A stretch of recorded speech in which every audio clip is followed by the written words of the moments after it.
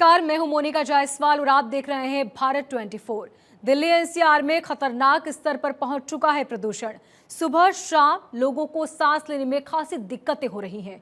गले में खराश, नाक बहना, सीने में जकड़न, दमे और सांस के मरीजों की ये परेशानी बढ़ चुकी है। कई इलाकों में प्रदूषण का स्तर 400 AQI पार पहुंच चुका है।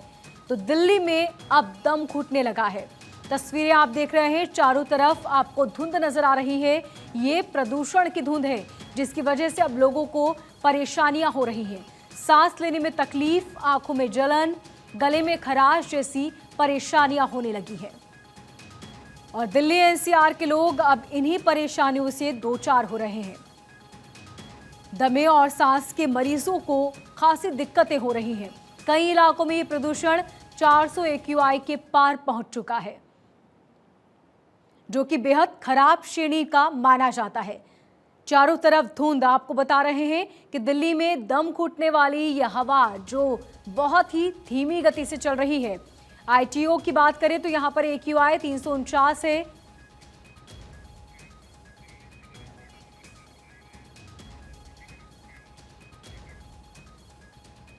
और दिल्ली से हमारे संवाददाता गणेश हमारे साथ सीधे जुड़ चुके हैं। गणेश, सबसे पहले तो यही जानना चाहेंगे आपसे कि आप जिस जगह पर मौजूद है इस वक्त, वहां का AQI क्या है और किस तरह की परेशानी हो रही है लोगों को? देखिए मोनिका, जिस तरीके से दिल्ली के अंदर जो ठंड बढ़ी है, ठंड के साथ दिल्ली में जो प्रदूषण का स्तर है वो पिछले कुछ दिनों से बेहद खराब श्रेणी में बना हुआ है। या यूँ कहें कि दिल्ली में जो फिर से गैस चैम्बर में दिल्ली तब्दील होते हुए नजर आ रही है। जिस तरीके से दिल्ली के अंदर ठंड ने दस्तक दी है। इस समय मैं कनॉट प्लेस में हूँ और जहाँ पर स्मॉग टावर बना था पिछले करीब 2021 वर्ष में, और स्मॉग टावर की तस्वीर आपको मैं दिखाता हूँ क्या फिलहाल स्थिति है यहाँ पर। और ये स्मॉग टावर दिल्ली की जिस तरीके से कनॉट प्लेस के करीबन 1 से 1.5 किलोमीटर के दरमियान की जो स्थिति होती है वो यहाँ पर दर्शाता है कि किस तरीके से प्रदूषण का स्तर है, वो यहाँ पर बताता है। अगर मैं यहाँ की प्रदूषण के स्तर की बात करूँ तो PM 10 यहाँ पर है 357, और पिछले यहाँ पर जो आसपास के हवा को ये साफ करने के लिए स्मॉग टावर बनाया गया था। तो दिल्ली के अलग अलग इलाकों के अगर मैं आंकड़ों की बात करूँ तो मेजर ध्यानचंद जो स्टेडियम है वहाँ पर 399 है, ITO पर 389 है, पड़पड़गंज पर 414 है, नेहरू नगर पे 417, RK पुरम 401, आनंद विहार 400, यानी दिल्ली के अलग अलग इलाकों में जिस तरीके से जो आंकड़े हैं वो 400 के करीब 400 को पार कर चुके। कई ऐसे दर्जनों इलाके हैं जहां पर जो PM 10 है वो 400 को पार कर चुका है। यानी जो सबसे ज्यादा अगर दिक्कत को सामना करना पड़ रहा है जो सांस के मरीज है उन्हें काफी परेशानियों का सामना करना पड़ रहा है, क्योंकि जिस तरीके से जो प्रदूषण का जो स्तर बढ़ा हुआ है उन मरीजों को काफी परेशानी का सामना करना पड़ रहा है।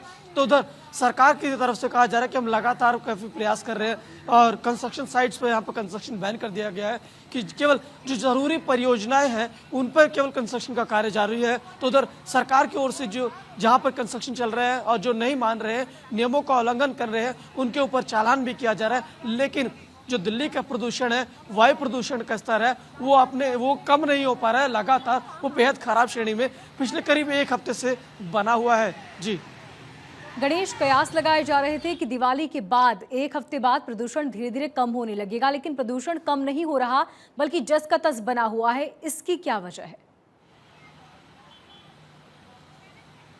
देखिए मोनिका, दिवाली के समय में जिस तरीके से कहा गया था कि दिवाली में पटाखे बैन रहेंगे, लेकिन जिस तरीके से दिवाली के दिन आतिशबाजी हुई और उसके बाद क्या स्थिति रही, किस तरीके से धीरे धीरे यहाँ पर दिल्ली में उसके अगली जो सुबह हुई दिवाली के बाद की किस तरीके से प्रदूषण था चारों तरफ।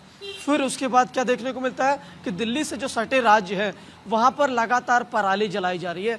पराली जलाने को लेकर किस तरीके से सरकार विफल रही कि किसानों को समझा सके, पूरी तरीके से सरकार विफल रही कि पराली जलाने से किस तरीके से परेशानी होती है, पराली का किस तरीके से और उपयोग कर सकते हो, सरकार इन मामले में पूरी तरीके से विफल रही। यानी अगर हम यूँ कहें तो पटाखे जलाने को लेकर बैन था, लेकिन वो बैन जमीनी स्तर पर दिखाई नहीं पड़ा। लोगों ने दिवाली के दिन खूब आतिशबाजी की। दिल्ली के सटे राज्यों में पराली जिस तरीके से जल रही है, सरकार पराली जलने को रोकने में विफल रही। तो यानी ये 2 कारण अगर बात देखा जाए तो सबसे अहम है दिल्ली के वायु प्रदूषण को बढ़ाने को लेकर सरकार कई स्तर पर अपनी तरफ से प्रयास कर रही है, जैसे कि अपना एंटी स्मोक को वहां पर कर रही है, पानी का छिड़काव कर रही है और निगम की ओर से मैकेनिकल स्वीपिंग किया जा रहा है, जिससे कि जो धूल के कण है वो हवा में ना और हो सके, वायु को जो प्रदूषण है उसको और कम किया जा सके। लेकिन जो ये चीजें हैं वो फिलहाल नाकाफी साबित हो रही है, क्योंकि जिस तरीके से दिल्ली से सटे हुए राज्यों में लगातार हमें देखने को मिल रहा है पराली जलने की जानकारी मिल रही है और खबरें आ रही हैं, तो पूरी तरीके से प्रशासन पराली के जलने को रोकने में विफल हो रही है और इसका और ऑल्टरनेटिव बताने में किसानों को विफल हो रही है, समझा नहीं पा रही है कि किस तरीके से जो आप पराली जला रहे हैं ये नुकसानदायक है हमारे पर्यावरण को लेकर के।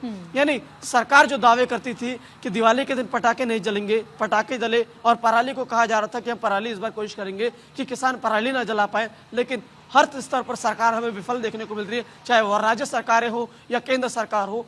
तमाम बैठकें तो हो रही है कि प्रदूषण को किस तरीके से स्तर पर प्रदूषण के मानक को किस तरीके से बेहतर किया जा सके, लेकिन उन बैठकों का हमें जो फल देखने को मिल सकता था वो जमीनी स्तर पर दिखाई नहीं पड़ रहा है, क्योंकि जिस तरीके से जो प्रदूषण का स्तर है लगातार पिछले, यानी यूं कहें कि हम दिवाली के बाद से वो बेहद खराब श्रेणी में बना हुआ है और इस प्रदूषण की बेहद खराब श्रेणी में बनने की वजह से लोगों को काफी परेशानी का सामना करना पड़ रहा है। जो सांस के मरीज हैं उन्हें काफी दिक्कत का सामना करना पड़ रहा है। अस्पतालों में सांस के मरीजों की संख्या बढ़ गई है, गले में खराश हो रही है, आंखों में जलन हो रही है। इसका जिम्मेदार कौन है? क्योंकि हम जनता को जिम्मेदार नहीं ठहरा सकते, क्योंकि आप जागरूक करोगे ना कि इन चीजों से किस तरीके से परेशानी हो सकती है। सरकार विफल रह रही है और प्रशासन को इंतजाम करने चाहिए थे, बताने चाहिए थे, क्योंकि आपको किस तरीके से इनका क्या ऑल्टरनेटिव हो सकता है। तो IIT के जरिए पहले कहा गया था शोध करेंगे, इनके जरिए यहाँ समझाएंगे, लेकिन जमीनी स्तर पर कुछ भी दिखाई नहीं पड़ रहा है। जी बिल्कुल ठीक कहा गणेश आपने कि दावे तो खूब किए जाते हैं, लेकिन ज़मीनी हकीकत कुछ और ही है।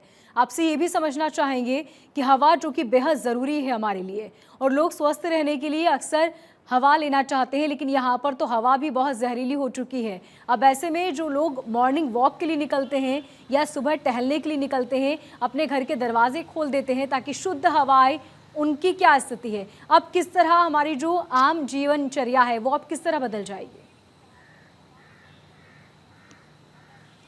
मोनिका, अब यहाँ शुद्ध हवा की बात करें तो शुद्ध हवा तो बहुत मुश्किल हो गई दिल्ली में अब, क्योंकि शुद्ध हवा की अगर आप बात करें ना तो जो कोरोना की स्थिति थी दिल्ली के अंदर, क्या पूरे देश के अंदर, तो उस दौरान हमारे जो वातावरण था पूरी तरीके से शुद्ध नजर आता था, साफ, पूरा आसमान साफ दिखता था, हवा एकदम साफ थी। लेकिन अब क्या है, जब पूरी तरीके से सब कुछ सामान्य हो चुका है, तो अब फिलहाल की स्थिति में देखा जाए तो वायु क्वालिटी जो है बहुत ही खराब श्रेणी में बना हुआ है। लोग जो मॉर्निंग वॉक पे निकलते थे, आज अगर देखा जाए तो मॉर्निंग वॉकर्स की संख्या कम हो गई है, क्योंकि डॉक्टर्स भी अब सलाह देते हैं जब एयर क्वालिटी बेहद खराब हो जाए तो आप मॉर्निंग वॉक पे ना निकले, अपने समय में परिवर्तन कर ले, क्योंकि ये दिक्कत हो सकती है। आप अपने अच्छे के लिए निकल रहे, आप अपने स्वास्थ्य को बेहतर करने के लिए निकल रहे होंगे, लेकिन ये आप अपने स्वास्थ्य को और खराब कर देंगे, क्योंकि जिस तरीके से जो प्रदूषण का स्तर है, एयर क्वालिटी का स्तर है, वो आपके शरीर को और नुकसान पहुंचाएगा अच्छा करने के लिए, क्योंकि आप अपने शरीर को और बेहतर करने के लिए मॉर्निंग वॉक कर रहे हैं ना, पर जो एयर क्वालिटी है वो बेहद खराब है। आप जहरीली सांस को लेंगे, यानी यूं हम कहें कि ये आप गलत नहीं होगा कि हम ये ऐसा कहें कि आप सिगरेट की हवा को अपने अंदर ले रहे हैं, क्योंकि जिस तरीके से एयर क्वालिटी का हालत है बहुत ही खराब है। आप सांस ले रहे होंगे, आपके गले में जलन हो रही की शिकायत होगी, आंख में जलन हो रही होगी, गले में खराश होगी, तमाम ऐसी दिक्कतें हैं। डॉक्टर खुद सलाह करते हैं अभी फिलहाल की स्थिति में कि आप मॉर्निंग वॉक को अवॉइड करें, इवनिंग वॉक को अवॉइड करें। और एक बात और देखने को मिली, अब मार्केट में जो एक नया चलन चल गया एयर प्यूरिफायर का, आप अपनी हवा को, अपने घर की हवा को इस एयर प्यूरिफायर के जरिए शुद्ध कर सकते हैं। तो यानी तकनीक ने अब हमारी हवा को शुद्ध करने का सहारा बनते जा रहा है कि हम अपने हवा को किस तरीके से शुद्ध करें। तो अब घरों में ज्यादातर आप एयर प्यूरिफायर दिख रहे हैं। और आज अगर देखा जाए तो पहले कुछ लोग ऐसे भी दिखे हम लोग को, जब सुबह निकल रहे थे तो मास्क लगाते हुए भी नजर आए। क्यों मास्क लगाते हुए नजर आए? यहाँ पर एक बात और आपको बता दें, क्योंकि जिस तरीके से एयर क्वालिटी है उस अपने आप को तो बचाना होगा ना किस तरीके से, क्योंकि हम जहरीली हवा ले रहे हैं। जहरीली हवा लेने से बेहतर है कि अपने आप को सुरक्षित रखें, मास्क लगा के चले। जिस तरीके जितना खुद को बचा सके इस जहरीली हवा से उतना ही बेहतर होगा, क्योंकि आप जहरीली हवा लोगे तो आप खुद को बीमार कर लोगे। जी बिल्कुल, तो ये हवा बेहद जहरीली है और अब आपको अपना ख्याल खुद रखना होगा। बहुत शुक्रिया गणेश तमाम जानकारी के लिए।